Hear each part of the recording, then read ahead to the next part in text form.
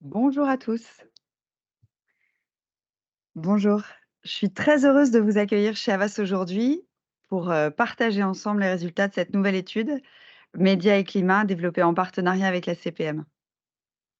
D'autant plus heureuse que les sujets de transformation positive et de climat résonnent de manière particulière dans la maison Havas, dont la mission depuis plus de 10 ans maintenant est d'apporter une différence significative de sens et de valeur pour les marques, les entreprises, la société et notre communauté, vous aujourd'hui. Au moment où nous voyons la société française se polariser et tendre vers un mouvement de radicalisation, des différences si grandes que nous n'arrivons plus à nous comprendre, à un moment où la confiance dans nos institutions vacille, où nous n'arrivons plus à penser long terme, car l'instantanéité et l'insécurité économique prévalent, une presse libre, indépendante, forte et fondamentale. Il est bon de le rappeler. Dans un monde où nous oublions de parler et de nous écouter, la presse est le média qui permet d'exprimer les idées avec le plus de justesse, de subtilité, de profondeur et de nuance. Par son écriture authentique, la presse peut présenter tous les points de vue, apporter de la temporisation, remettre des sujets de long cours dans l'actualité. En cela, le rôle de la presse est essentiel. Il est un prérequis au bon fonctionnement de notre précieuse démocratie. Nous sommes le pays où l'optimisme économique est le plus corrélé à la volonté écologique. Nous allons le voir ce matin. Pardon Claudine, je te spoil une slide. La presse a d'autant plus de valeur qu'elle incarne la confiance. Cette valeur essentielle pour investir notre énergie sur l'avenir. La confiance comme moteur de la transformation, la presse comme levier de cette transition. À titre personnel, je suis convaincue de la première heure de la nécessité de faire de cette révolution positive, collective. J'ai aujourd'hui la responsabilité de diriger les équipes d'Avas Media Group dans l'élaboration et le déploiement de nouvelles solutions très pragmatiques qui mettent le marketing et les médias en responsabilité, au service de la transformation positive de nos clients. Nous sommes, je pense, tous ensemble persuadés ici que le rôle des médias et de la presse face à l'urgence climatique est stratégique. Je laisse maintenant le soin aux équipes de l'ACPM et CSA de vous partager ce qu'en pensent les Français.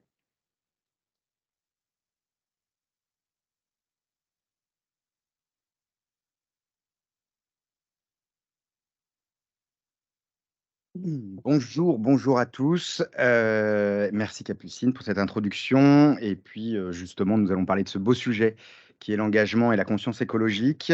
Je vais essayer de faire tenir ça. Et puis, merci une fois de plus de nous accueillir ici dans ce bel auditorium. En fait, je suis personnellement ravi de me retrouver ici, car c'est effectivement une superbe étude et qui met à l'honneur une fois de plus la presse sur un sujet aussi important que la planète. Alors, on voit effectivement et on parle beaucoup des grands engagements. Moi, je vais avoir l'honneur justement de vous présenter les engagements de la presse, d'un média, qui s'est justement engagé avec le soutien justement de la CPM sur, ces sujets. Alors avant de présenter, l'étude, on va parler effectivement de la CPM, et de son organisation.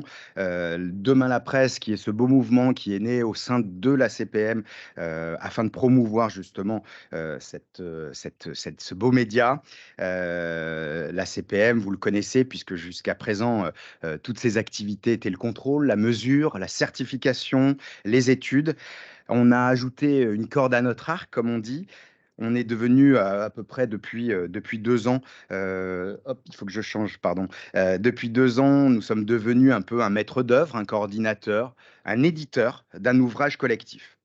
Alors en 2021, sous l'impulsion du conseil d'administration qui réunit toutes les familles de presse et les publicitaires, une commission a été créée pour traiter de ces sujets impérieux. Elle deviendra moins d'un an après la commission La presse s'engage pour l'environnement. Ops, pardon. Alors, du coup, cette commission a eu pour mission de faire avancer l'ensemble du média, de les concerter, de concerter justement autour de ces sujets, d'aligner avec un objectif de fédérer justement le marché des publicitaires autour de la décarbonation de la filière. Le résultat, c'est justement ce livre blanc que vous trouverez en distribution ici ou en téléchargement sur le site de la CPM.fr, qui est effectivement et qui liste en fait tous les engagements de la presse, déjà pris par la presse depuis de nombreuses années, et également tous les engagements à venir. Alors ce livre blanc synthétise toutes les actions menées par les groupes de presse sur 6 univers majeurs que vous voyez ici, qui sont listés là. Alors, le but, c'est bien sûr de produire durablement, en réduisant l'empreinte carbone de leur entreprise, en optimisant la distribution, qu'elle soit papier ou qu'elle soit numérique. C'est également en travaillant de concert avec les annonceurs, les agences médias, pour une publicité toujours plus responsable. Et enfin, comme, et comment en fait la presse s'engage à sensibiliser, informer le grand public de façon fiable et impartiale. C'est effectivement, je crois que la distinction avec beaucoup d'autres médias, et la presse effectivement est clairement, et on le verra justement dans cette étude, largement, ce média qui, informe la France. Alors pour vous donner envie de lire un petit peu, ce livre blanc et de le consulter, je vais vous donner quelques chiffres qui s'y trouvent dedans. Alors l'industrie du papier, par exemple, a réduit de 29 ses émissions carbone depuis 2015. Les usines de papier consomment 47 d'eau en moins qu'il y a 30 ans. L'utilisation des encres dites blanches s'est généralisée à hauteur de 97 dans les imprimés. 64 des titres de presse d'information ont mutualisé leur distribution. 98,3 du tonnage de la presse magazine est constitué de fibres issues de forêts gérées durablement. Près de 50 du papier vendu est constitué de fibres recyclées. Et ce sont 5000 articles par mois qui sont publiés à propos de la transition écologique, selon une très bonne étude ADE. Et enfin, ce sont 7 Français sur 10 qui considèrent la presse comme le média d'alerte par excellence, selon la très bonne étude Meaningful Brand. Alors, j'espère que cela vous donnera envie de lire justement ce livre blanc et d'en savoir plus sur la presse, et vous persuader justement de ces engagements qui parfois, contrairement, à la pensée, sont déjà très, très forts et seront encore plus forts dans les années à venir. Alors, et comme nous sommes ici dans, une très grande agence média, je reviens sur, le volet publicitaire qui fait partie d'un des sus-univers. Vous le savez mieux que personne ici, la publicité est indispensable, parfois même vitale pour les éditeurs de presse. Ça nous garantit une presse libre, multiple et une presse d'opinion. La pub, c'est aussi un acteur majeur du changement du comportement des citoyens. C'est pourquoi la presse s'engage à maintenir des espaces d'éco-contribution afin de sensibiliser les lecteurs, mais aussi à mettre en avant les actions des entreprises en termes de RSE avec des offres adaptées, et enfin permettre le calcul précis de l'empreinte carbone de chacune des campagnes passées dans la presse et sur l'ensemble des supports à disposition. Voilà, c'était juste un teasing pour vous donner envie, justement de lire et de consulter ce livre blanc. Je veux dire, vive la presse, vive la publicité et vive la conscience écologique, car je crois que ces 3 piliers ne sont pas incompatibles. Et voilà, je vais passer maintenant, la parole, puisque c'est ça que vous attendez tous, à Claudine Brulé pour, les premiers insights de cette, étude, sur le climat et la presse.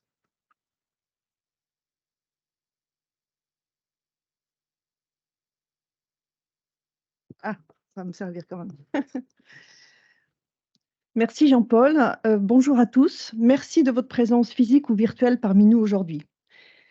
Alors, je vais commencer par un bref rappel de qui nous sommes. CSA est un institut pionnier qui existe depuis 1983 et travaille sur la donnée sous toutes ses formes. La donnée déclarative avec CSA Research, la donnée média marketing avec CSA Data Consulting et ses modèles économétriques, la donnée marketing géolocalisée avec les notions de bassin de vie de France Pub. Alors, cette étude se prénomme Médias et climat, le rôle des médias face à l'urgence climatique. Pourquoi avons-nous ressenti la nécessité de mener cette étude sur le rôle des médias face à l'urgence climatique? D'une part, parce que les sujets environnementaux sont au cœur des préoccupations des Français. On le sait et l'étude va encore le prouver. Et d'autre part, car nous vivons actuellement un moment de bascule dans les médias qui s'organisent pour mieux répondre à ces questions environnementales. Les journalistes se forment, les rédactions s'enrichissent d'experts et de scientifiques, les médias s'adaptent à cette demande croissante de la part des Français.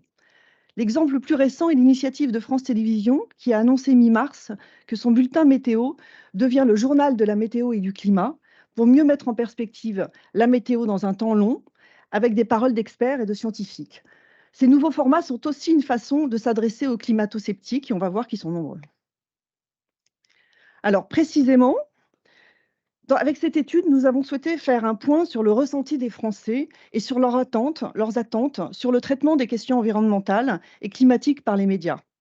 On va voir quelles sont précisément les préoccupations des Français en matière d'environnement, comment les Français s'informent sur ce sujet et par quels médias et dans quelle mesure les médias sont aptes aujourd'hui à bien informer les Français sur ces sujets. Autant de réponses qui permettront aux médias de nourrir leurs approches sur cette thématique devenue centrale dans la vie des Français. Je vais commencer par un bref rappel méthodologique. Donc, cette étude a été réalisée en début d'année. Le terrain a été mené du 5 au 11 janvier. Nous avons interrogé 1004 Français représentatifs de la population française âgée de 18 ans et plus, selon la méthode traditionnelle des quotas. Et le terrain a été réalisé en ligne sur le panel propriétaire de CSA. Alors, premier enseignement de l'étude, vous allez le voir, les Français sont engagés, plutôt optimistes, mais ils appellent à une action rapide. Alors, le premier point sur lequel nous les avons interrogés, c'est on a demandé aux Français de l'échantillon quelles sont leurs préoccupations du moment. Et on voit que la première préoccupation, sans grande surprise, c'est le pouvoir d'achat. Hein. Pour 59% des Français, ils nous citent le pouvoir d'achat. Donc, en cette période d'inflation, on le sait bien, c'était un sujet qui est au cœur de leurs préoccupations. Arrive en deuxième citation la santé, avec 49%. On a vu depuis le Covid que c'était un sujet qui était remonté, même s'il redescend tout doucement en termes de citation. Ça reste le deuxième sujet de préoccupation pour le Français. Le troisième sujet, c'est l'environnement et le climat, cité par 41% des Français, devant la sécurité. Alors, donc on voit que ce sujet est au cœur des préoccupations des Français, puisque c'est le troisième. Si on se focalise sur les plus jeunes, la génération des 18-24, c'est le sujet numéro 1 qui les concerne. Alors, sous le libellé environnement, il y a bien sûr beaucoup de dimensions. Donc, nous leur avons soumis ces différentes dimensions et nous leur avons demandé quelles sont celles qui les préoccupent le plus. Et c'est sans appel, on voit que le réchauffement climatique est très largement la préoccupation environnementale qui arrive en première citation dans le cœur des Français, donc, et suivi derrière par les catastrophes naturelles qui sont la conséquence presque logique du réchauffement climatique. Derrière, on trouve des citations comme des sujets comme la pollution des océans, le gaspillage de l'eau, la prolifération des déchets, la détérioration de la biodiversité, qui restent des sujets importants, bien sûr. Hein, ils sont cités par un tiers des Français, mais sans qu'aucun d'entre eux, toutefois, se détache nettement des autres. Donc, gardons en tête que le sujet majeur, c'est le réchauffement climatique. D'ailleurs, ce sujet arrive en première citation auprès de l'ensemble des Français, quel que soit leur âge, quel que soit leur sexe, quelle que soit leur situation socio-professionnelle et quel que soit leur lieu de vie. Donc, c'est vraiment un sujet, ce réchauffement climatique, qui traverse et qui touche toutes les strates de la société française. Alors, nous avons soumis ces différentes affirmations aux Français et on leur a demandé de nous dire s'ils étaient d'accord ou tout à fait d'accord, plutôt d'accord ou pas d'accord avec ces citations. On voit que la première citation, c'est qu'ils nous restitue, c'est l'urgence d'agir. Il est urgent d'agir pour l'avenir de la planète et pour les futures générations. Plus de 9 Français sur 10 se positionnent, sont d'accord avec cette affirmation. Donc, on est dans l'urgence et il faut agir maintenant rapidement. Pour autant, les Français nous disent ensuite qu'ils ont déjà intégré des changements dans leur quotidien. Pour près de 9 Français sur 10, ils ont déjà changé certaines de leurs pratiques pour réduire leur impact sur l'environnement. Ils nous disent aussi, dans la même proportion, qu'ils sont prêts à faire des sacrifices pour assurer l'avenir des générations futures. Alors, il y a quand même un sentiment d'angoisse, hein. 76% des Français nous disent avoir peur des conséquences du réchauffement climatique, mais ils restent optimistes puisque 8 Français sur 10, 82% nous disent « Je suis convaincu qu'on peut encore changer les choses si on agit maintenant ». Et ils nous disent aussi qu'ils ont confiance en la technologie. Donc, on voit, 68% d'entre eux nous disent les progrès technologiques nous permettront certainement de trouver des solutions. Donc, si on résume, ils sont dans une envie de bouger rapide, ils ont un sentiment d'urgence, ils ont déjà implémenté des changements dans leur quotidien, ils restent quand même optimistes sur la capacité à changer les choses, aidés en ça par la technologie. Toutefois, je vous propose de regarder les 2 dernières lignes du ranking, et là, on s'aperçoit qu'on a quand même 38% de Français pour qui il est déjà trop tard pour sauver la planète, et on a 30% d'entre eux qui nous disent que les causes du réchauffement climatique ne sont pas prouvées scientifiquement. Alors, je vous propose de faire un zoom sur ces 2 ressentis. Voilà, l'éco-anxiété donc en rouge et le climato-scepticisme en noir. Et là, on s'aperçoit qu'il y a un fossé générationnel incroyable, c'est-à-dire que les 38% qu'on avait sur la courbe rouge tout à l'heure auprès de l'ensemble des Français, et les 30% de la courbe de noir, on obtient des scores auprès des moins de 35 ans extrêmement élevés. Il y a plus d'un Français de moins de 35 ans sur 2 qui nous dit « il est déjà trop tard pour sauver la planète ». Donc là, on est vraiment dans l'éco-anxiété à plein. Et puis, ils sont près d'un moins de 35 ans sur 2, 43 d'entre eux qui nous disent que les causes du réchauffement climatique ne sont pas prouvées scientifiquement. Avec un seuil de passer 35 ans, alors ça décline encore ces citations au-delà de 50 ans, mais avec un écart pas si énorme finalement entre les 35-49 et les 50 et plus. Alors, on a été surpris et en même temps pas si surpris que ça, parce qu'on a quand même beaucoup d'études chez CSA qui nous montrent que les plus jeunes, on va le voir, hein, je spoil un peu la suite aussi, mais s'informent de manière plus massive via les réseaux sociaux, et ils sont, je schématise, mais ils sont un peu sous-consommateurs des autres médias. On sait quand même qu'il y a beaucoup de fake news sur le climat, sur les réseaux sociaux, et on sait aussi que les plus jeunes sont plus perméables aux théories du complot. Voilà, donc il y a quand même un gros boulot à faire auprès de cette population pour faire tomber ces idées-là.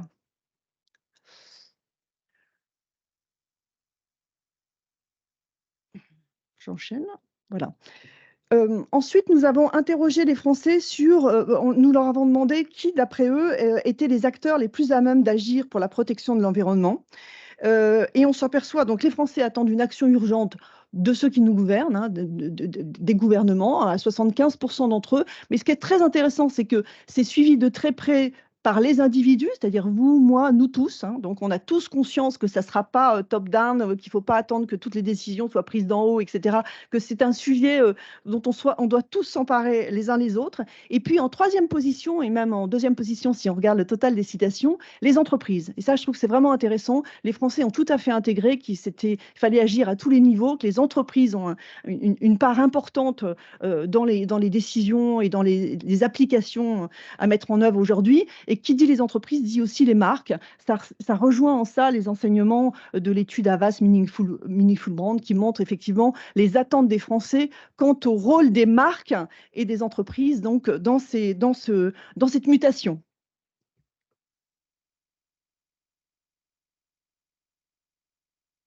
Alors, le climat, un sujet qui s'impose dans les médias. Nous leur avons demandé dans quelle mesure les Français avaient le sentiment d'être bien informés sur le réchauffement climatique et sur ses conséquences. Alors, la bonne nouvelle, c'est qu'ils sont une majorité à nous répondre oui, ils se sentent bien informés, ils sont 70% à nous répondre oui. Pour autant, il y a quand même de la marge de progression, parce qu'au sein de ces 70%, ils sont 13% à nous dire « je suis tout à fait bien informé ». Donc, on voit qu'il y a encore un moyen d'informer mieux encore ces 70% qui se sentent bien informés. Si on regarde le pendant, les 30% de gens qui se disent mal informés sur le sujet précisément du réchauffement climatique et de ses conséquences, on s'aperçoit que ce qui rapproche ces gens-là, le seul point commun qu'on trouve entre ces 30% de Français, c'est qu'ils sont sur utilisateurs, je vous l'ai un peu dit tout à l'heure, des réseaux sociaux, parce que vous vous souvenez qu'on a 38% de scepticisme aussi, ou 30% de scepticisme. Donc, ils sont sur-utilisateurs des réseaux sociaux et ils sont sous-utilisateurs en moyenne des autres médias que nous avons investigués.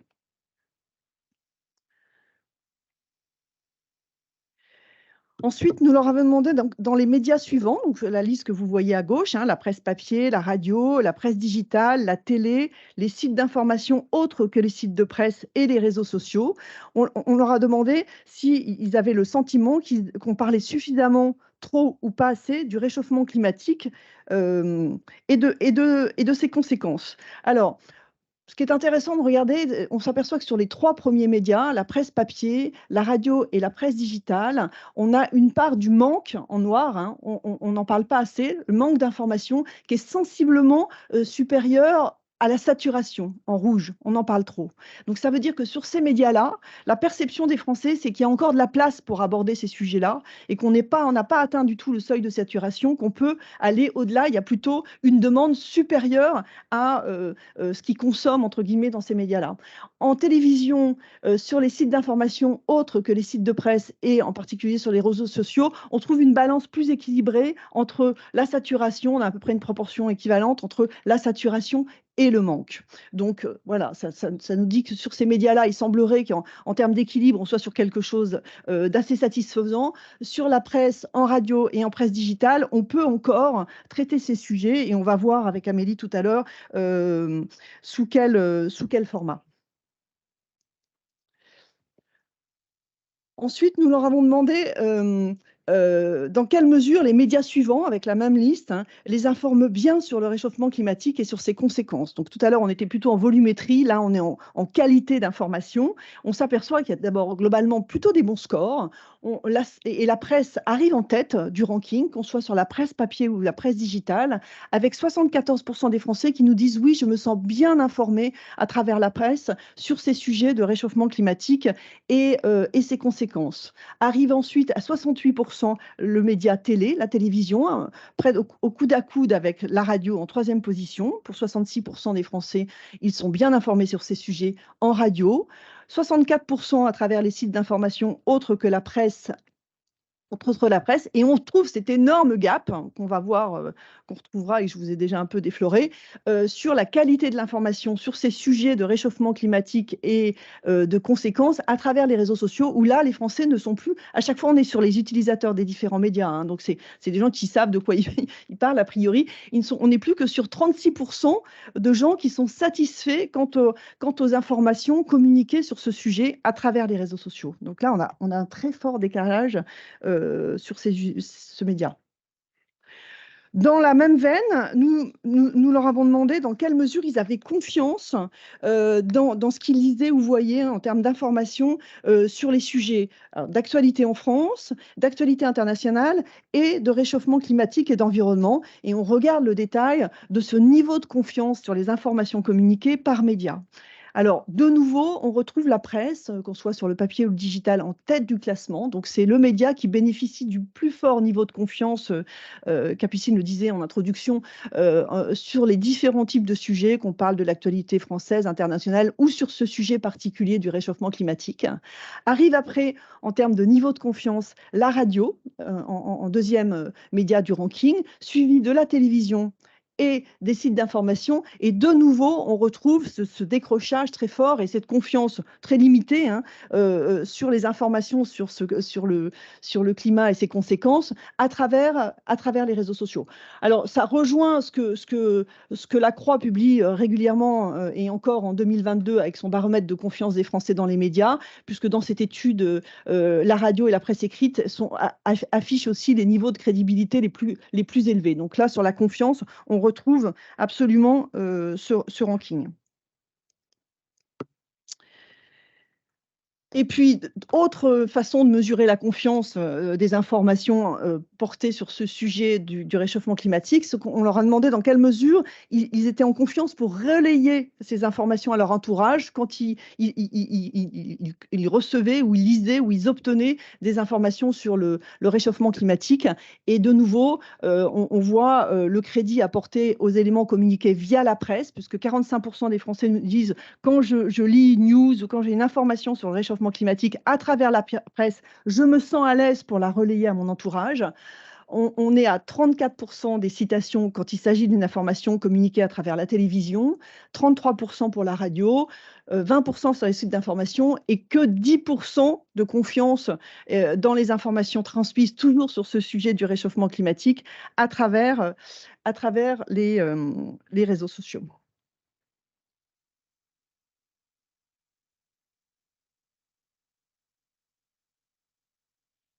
Donc le climat, un sujet qui s'impose dans les médias, à condition toutefois de renouveler l'angle d'approche et le ton.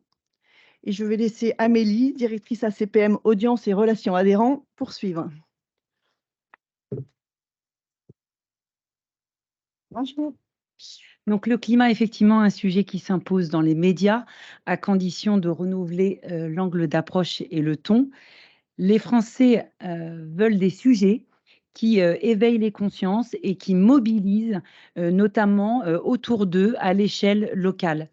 Ici, vous découvrez donc les 3 sujets qu'ils souhaitent voir portés à la télévision, la presse, par la presse et la radio. Donc le premier, ce sont les conséquences dans le futur sur le réchauffement climatique. En 2, on a tout ce qui est petits gestes, toutes les solutions, tout ce qui est astuces pour les aider à réduire leur impact sur l'environnement. Et le 3e sujet, ce sont les actions qui sont mises en place autour d'eux par les collectivités locales. Alors, toutefois, on le voit, c'est assez difficile de traiter avec le bon dosage, le juste dosage, le sujet du traitement du réchauffement climatique. Les catastrophes climatiques de l'été dernier, si elles ont réveillé fortement les consciences, elles sont aussi perçues par 1 Français sur 3 comme des événements dont on a trop parlé. Par exemple, sur le sujet du beluga, je ne sais pas si vous vous souvenez, dans la Seine et son sauvetage raté. Par contre, donc ça c'est en bas, vous voyez certains sujets comme les conclusions du dernier rapport du GIEC, la possibilité d'éco-score pour les vêtements, la COP27 ou la COP15 biodiversité de Montréal sont perçus comme étant des sujets, eux, qui ont été vraiment sous-traités dans les médias. Alors, tous les formats sont les bienvenus pour traiter des préoccupations climatiques et environnementales. En particulier, donc on voit donc les sujets courts, simples, mais appuyés par une caution, par des données scientifiques, sont ceux qui intéressent beaucoup. Mais juste derrière, on voit les sujets qui intègrent des photos, des interviews d'experts, des cartes et des analyses plus en profondeur également. Alors, actuellement, Claudine l'a largement dit, le traitement des sujets climatiques, il est perçu comme anxiogène et c'est vraiment le terme qui revient le plus souvent. Donc à la question, lorsque vous voyez, lisez des informations sur le réchauffement climatique dans la presse papier, par exemple, si on prend la première colonne, comment jugez-vous généralement ces informations? Eh bien, dans la première colonne, les Français attribuent des bénéfices de clarté et de confiance aux médias presse, mais également à la radio. Ça reprend le chart de Claudine il y a un instant. Donc avec une presse, on le voit, qui est une presse pédagogue, qui permet aux Français de mieux comprendre grâce à des articles de fond, des articles qui vont donner la parole à des experts, qui vont donner la parole à des scientifiques, ou bien, encore une fois, qui vont les aider avec des gestes, des conseils pour les inciter à réduire leur impact. En revanche, la perception des informations sur les enjeux climatiques à la télévision, sur les sites, d'information et sur les réseaux sociaux, sont jugées beaucoup plus sévèrement, vous le voyez.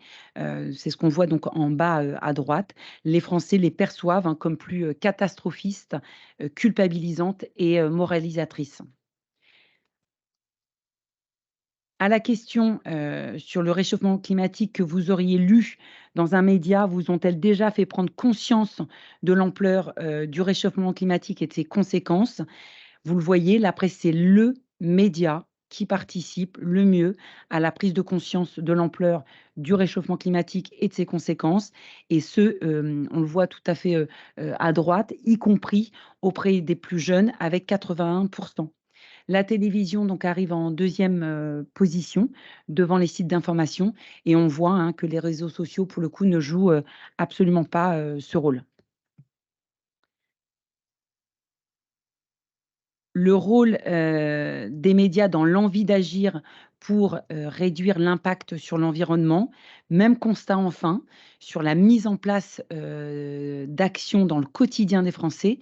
Les médias qui sont jugés les plus efficaces pour cette mise en action sont la presse et ce, quel que soit l'âge, suivi par, la télévision.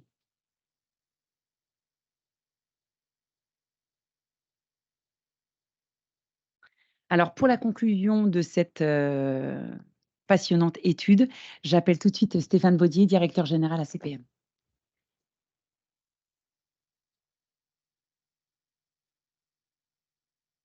Ça marche pas? Voilà. Bonjour, donc à moi de vous donner les 4 informations qu'il faut absolument retenir de cette étude. 4 informations qu'il nous faut, partager dans nos entreprises, avec, nos collaborateurs, avec nos collègues, en famille, avec nos enfants, parce que ce sont ces informations qui vont nous permettre collectivement, bah, d'agir pour, un monde meilleur.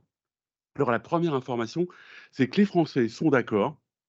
Ils sont d'accord à une très, très grande majorité. 9 Français sur 10 pensent qu'il est urgent d'agir. Donc ça, c'est un score très, très important. Donc 9 Français sur 10, c'est, sûrement le score le plus important, de décision, aussi, consensuelle. Donc c'est un message qu'il nous faut faire passer auprès de l'ensemble de nos relations. 2, il y a une vraie responsabilité de la part des médias. Donc cette responsabilité, les médias doivent l'assumer totalement et aller vers, dans le traitement des informations, des sujets qui éveillent les consciences, qui apportent des solutions concrètes, des solutions au quotidien, des solutions pratiques pour, ben, nous donner à tous, des conseils pour faire mieux et de manière plus rapide.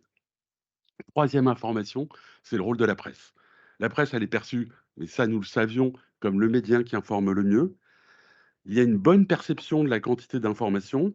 C'est aussi le média de confiance qui participe le mieux à la prise des consciences et à l'envie d'agir. Donc la presse est dans son rôle de média des Français pour informer et faire agir. Cependant, il faut aussi prendre conscience des enseignements de cette étude, il y a une nécessité de renouveler l'angle d'approche. Donc ça, c'est un travail collectif pour tous les médias. Il y a une nécessité de renouveler les angles pour de l'information encore plus approfondie, plus experte, plus scientifique, qui soit incitative et motivante. Donc 4 informations que je vous invite vraiment à partager, tout au long, de votre journée, des jours à venir, parce que c'est un sujet qui intéresse tous les Français et sur lequel ils sont prêts à faire des sacrifices. Mais après, le rôle des médias, bah, c'est aussi et particulièrement celui de la presse, qui est le média lu tous les mois par plus de 95 des Français, le rôle de mieux informer et d'apporter des solutions concrètes. Voilà et maintenant, la conclusion, Yves Delprat, monsieur Yves Delprat. Merci beaucoup.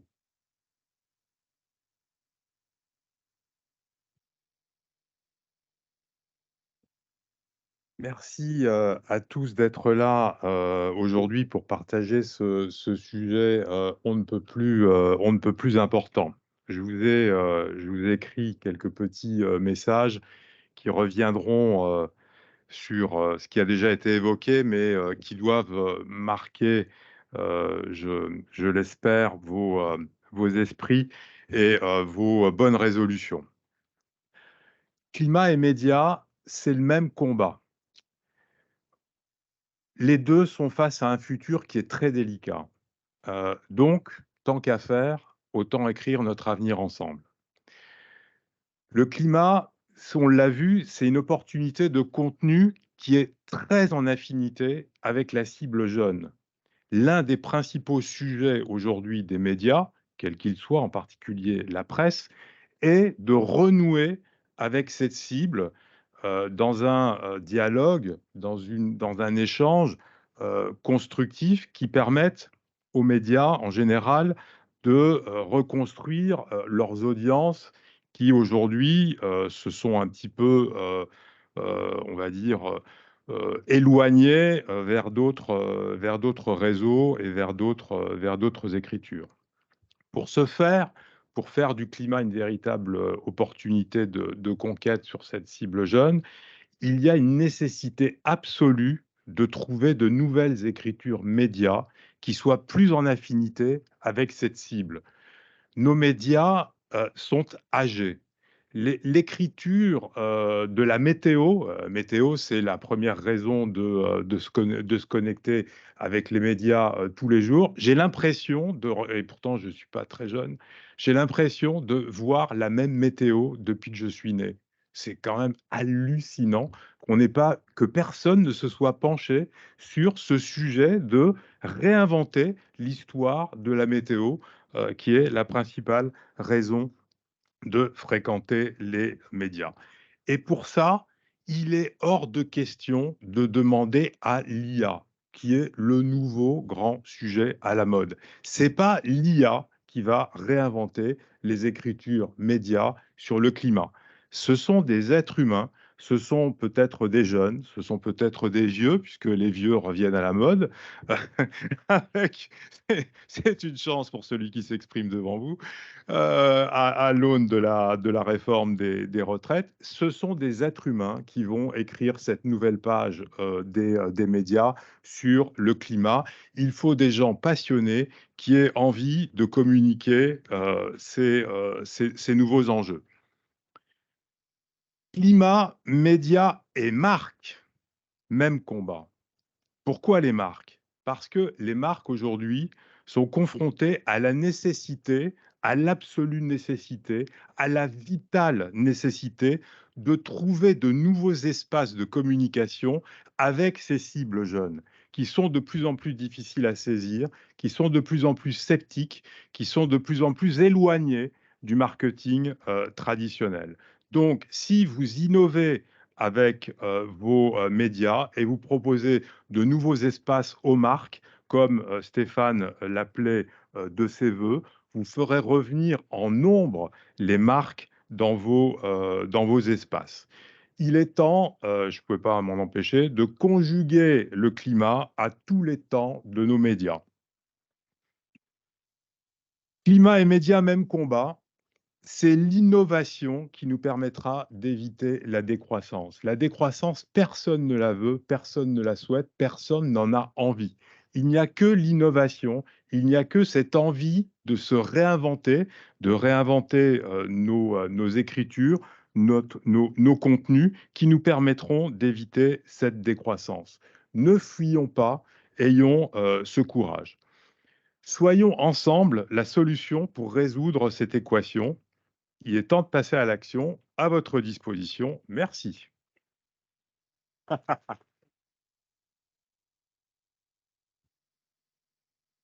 Et à disposition pour répondre à vos questions. Vous devez avoir des questions à poser à nos brillants orateurs. Est-ce qu'il y a des questions en ligne? On a pas mal de gens en ligne, hein. D'ailleurs, on peut peut-être donner les scores. Oui, on a des questions en ligne. La première, c'est: bonjour, avons-nous des éléments de comparaison avec d'autres pays européens? Qui peut prendre ça? Alors, pas à travers cette étude à proprement parler. C'est une étude qu'on a menée exclusivement pour la France. Donc, je ne peux pas comparer ces chiffres avec les autres pays européens. Non.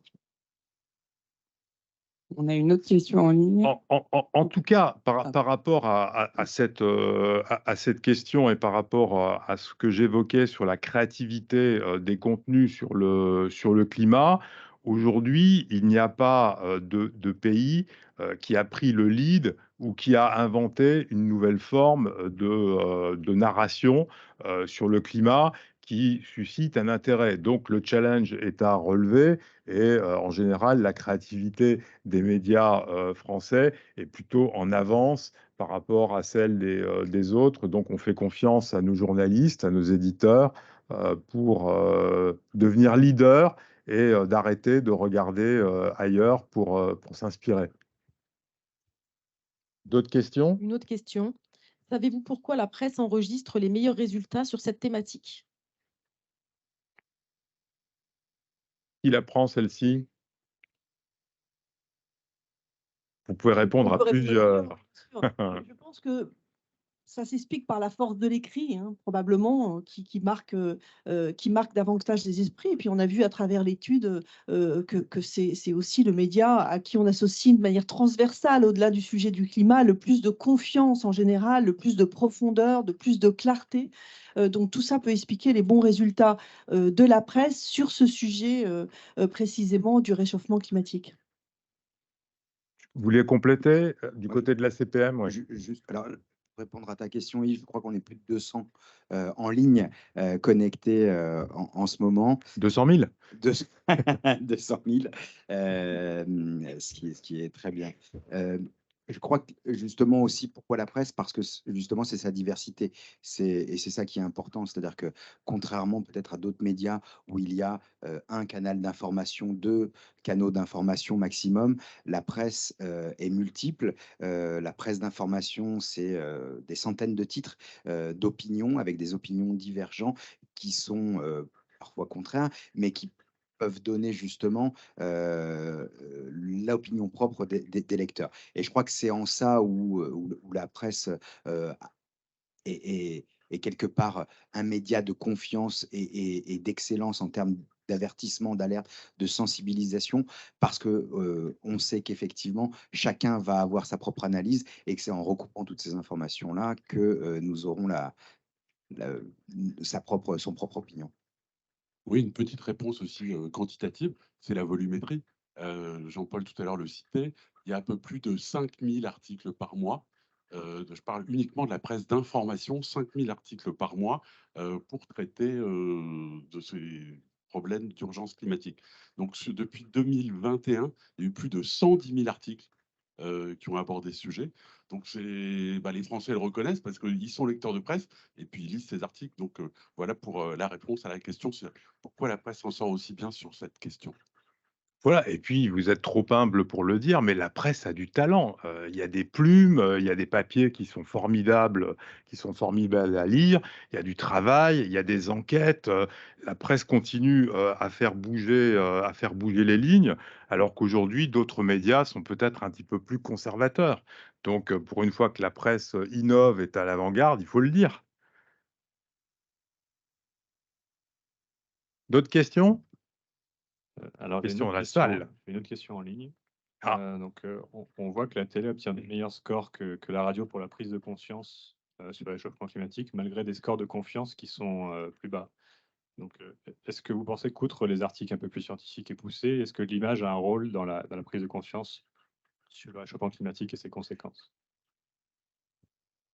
Oui, on le voit bien sûr, tous les médias d'images, de vidéos marquent beaucoup les esprits, mais on a vu aussi que c'était ceux qui généraient le plus d'anxiété. Et donc, c'est un double, voilà, c'est à la fois c'est la force des images qui marquent les esprits, mais il faut trouver, c'est l'équilibre fragile dont parlait Amélie tout à l'heure, c'est-à-dire qu'il faut trouver le juste milieu entre montrer ce qu'il en est et pas trop générer d'anxiété non plus ou une posture moralisatrice, parce que ça, c'est plutôt un frein à l'action. Donc, on est dans ce juste milieu à trouver et c'est peut-être plus difficile finalement sur des médias de vidéos. On parlait d'inventer de nouvelles écritures. C'est évident que les images aident, contribuent fortement à imprimer l'imaginaire et les attitudes et les comportements.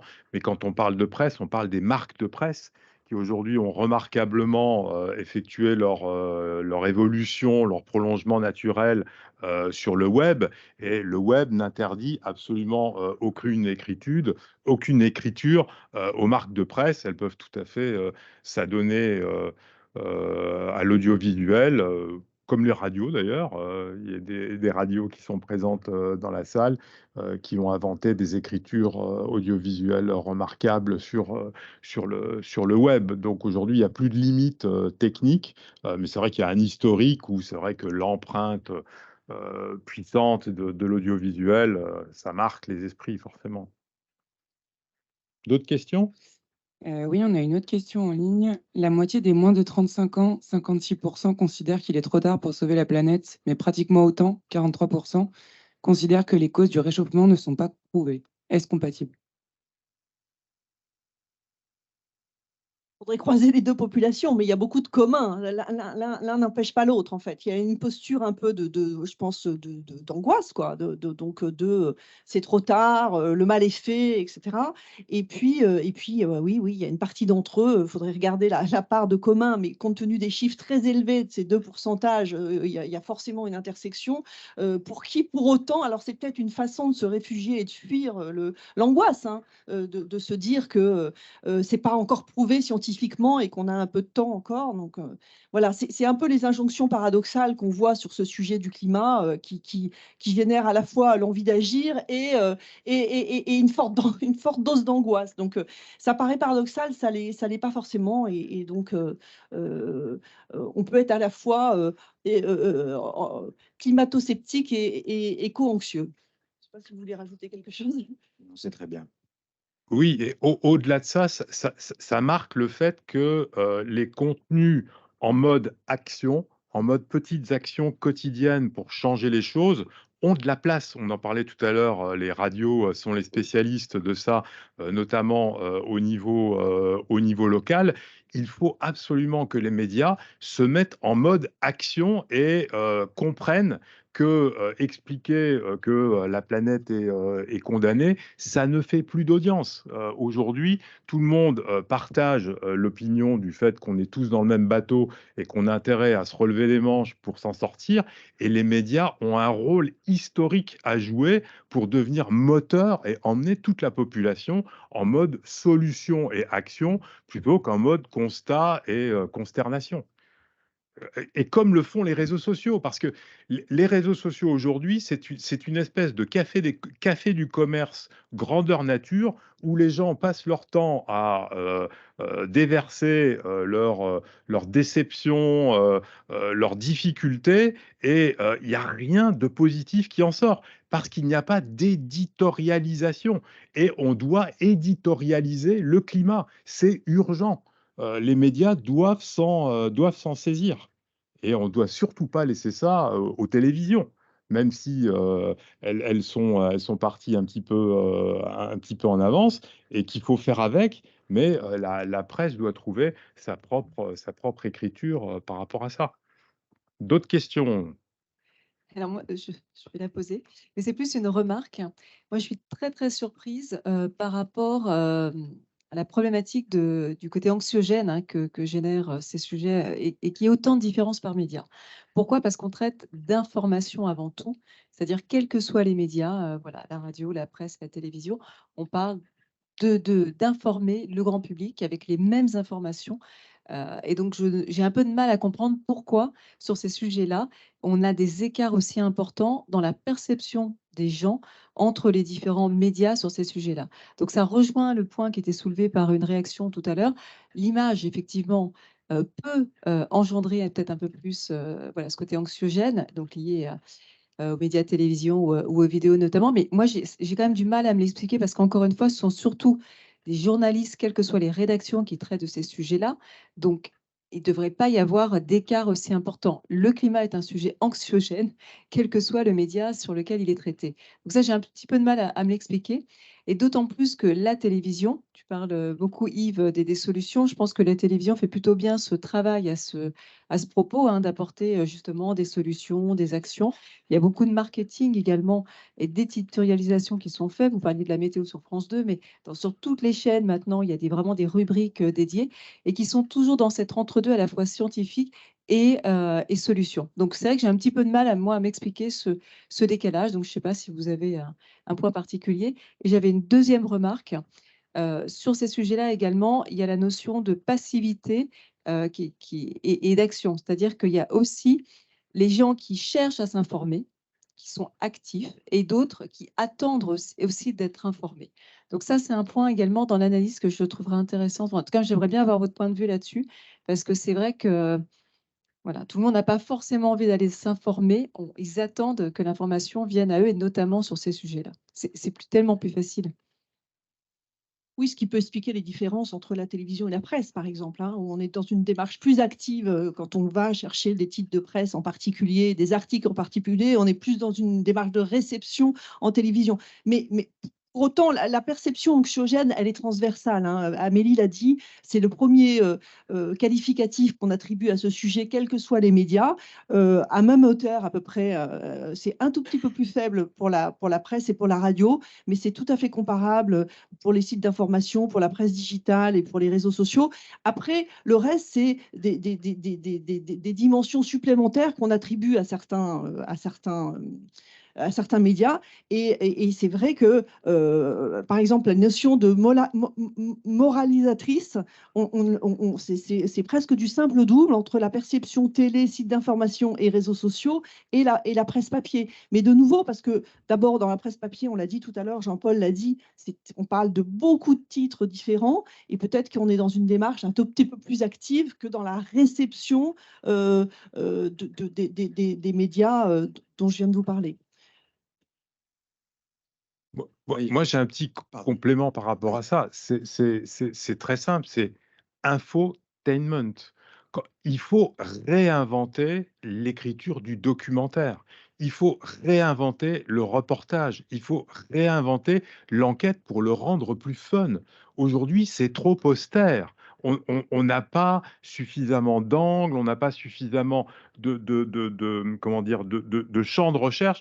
Regardez alors, on va encore reparler des télévisions, mais elles ont fait un travail extraordinaire pour la revalorisation de métiers qui étaient totalement désertés par les jeunes. Je parle notamment des métiers de cuisinier. Regardez ce que c'est devenu grâce à des émissions comme, je ne vais pas dire le nom pour ne pas faire de publicité à une chaîne ou à une autre, mais il y a eu une transformation totale. On a fait de ces gens qui étaient des gens qu'on cachait dans le fond des restaurants des stars. Des stars qui sont à la télévision, à la radio, dans la presse, et partout où ils vont, tout le monde les admire, tout le monde les regarde. On peut faire la même chose demain avec tous les acteurs de l'écologie. Il suffit juste d'aller leur donner la parole, d'aller les voir, de les mettre en scène. Et on a les médias pour ça, qu'on soit une radio, qu'on soit de la presse, qu'elle soit quotidienne, qu'elle soit nationale, qu'elle soit régionale ou magazine. C'est juste une question de volonté, parce que ces initiatives, on l'a vu dans l'étude, elles existent. Il faut juste qu'on les fasse un petit peu émerger. C'est notre rôle de média, n'est-ce pas, Stéphane? Je cherche quand même un peu d'accord. Aussi, alors c'est une analyse personnelle, mais parce que on n'est pas dans la tête des Français. Je me rappelle de la période du Covid, qui était très anxiogène, où on a demandé aux Français justement de couper un petit peu les écrans et de se remettre à la lecture.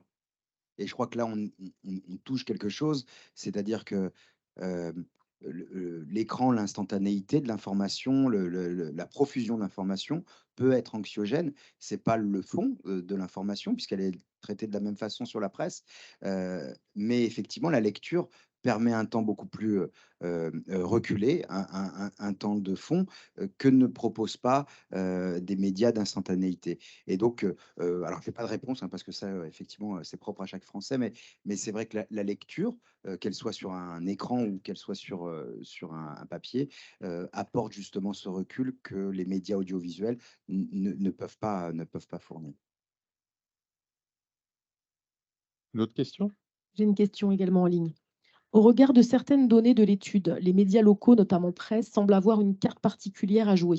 Comment leur donner plus de résonance et de poids versus les médias nationaux ou parisiens? Al Alors, je vais vous donner un chiffre, hein, la publication des grands quotidiens français est sortie hier, si je ne m'abuse.